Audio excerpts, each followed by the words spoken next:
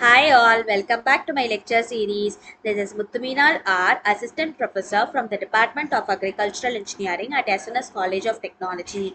Today we'll see the continuity of the previous topic, water resources, under the unit Impacts of Climate Change under the subject Climate Change and Adaptation for the students of final year 7th semester.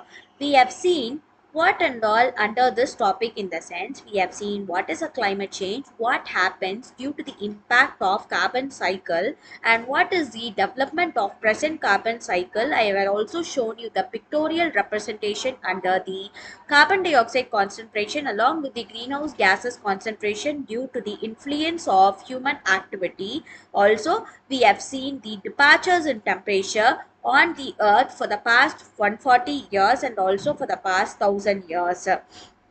Today, we'll see the continuity of temperature trends from 1976 to 2000. As you guys can see here, the trends in degrees Celsius per decade has been invariably from -1 to +1, that is -1, 0.8, 0.6, 0.4, 0.2, and also under the increased trend of 0, 0.2, 0.4, 0.6, 0.8, and now it is +1. So this is the assessment question that I have identified for today's lecture series. What are the impacts on climate by the forest? So this answer could be shared with me at the next lecture series. So this is the precipitation trends from the same year, that is from 19,000 to 2000. The trends in percentage per century has been drastically from the enlarged ratio of -50% to 50%.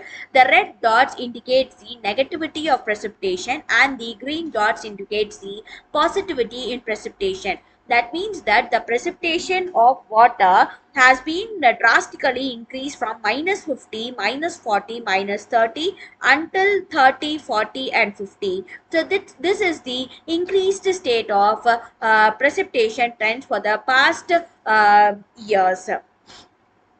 Here, I have shown you the visual impact of climate change at the observed sea ice from the September 1979 to the observed sea ice to the September 2003. As you guys can see, there is a drastic increase in this impact. That is, the ice has been drastically melted off due to the change in climate, where the melting of icebergs have reacted in a way of increased in sea level. So this is the vulnerability to the climate change is the risk of adverse things happening. The vulnerability is a function of three factors. They are exposure, sensitivity, adaptive capacity. These all three factors comes under the vulnerability, where the climate change is at risk of adverse things happening. This exposure is been happening under the risk example of population, resources, property. It is also the climate change that an affected system will face. The examples are sea level, temperature, precipitation, and extreme events. These have been shown under the pictograph under the slide. The next one is the biophysical effect of climate change, which comes under the sensitivity. The change in crop yield, runoff, energy demand leads to the sensitivity. It considers the socio-economic context, example, agriculture system.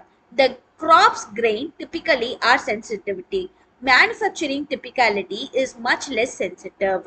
And also here I have shown you the capability to adapt, that is adaptive capacity, that functions under the factors of six, that is wealth, technology, education, institutions, information and infrastructure. Having adaptive capacity does not mean it is used effectively. So this is what I have prepared for today's class, and this is the reference video which I have been adding to you. If you guys are for any free time, you guys can visit this video and see to it, and see you at the next class. If you guys have any kind of doubt or anything, you guys can ping me anytime. What we have seen under this topic is we have seen the impacts of climate change that has been caused due to the water resources, mainly dependent upon the temperature variation along with the precipitation trend for the past few years, and also I have shown you several pictographs that will lead you in a quantitative manner along with the qualitative trends.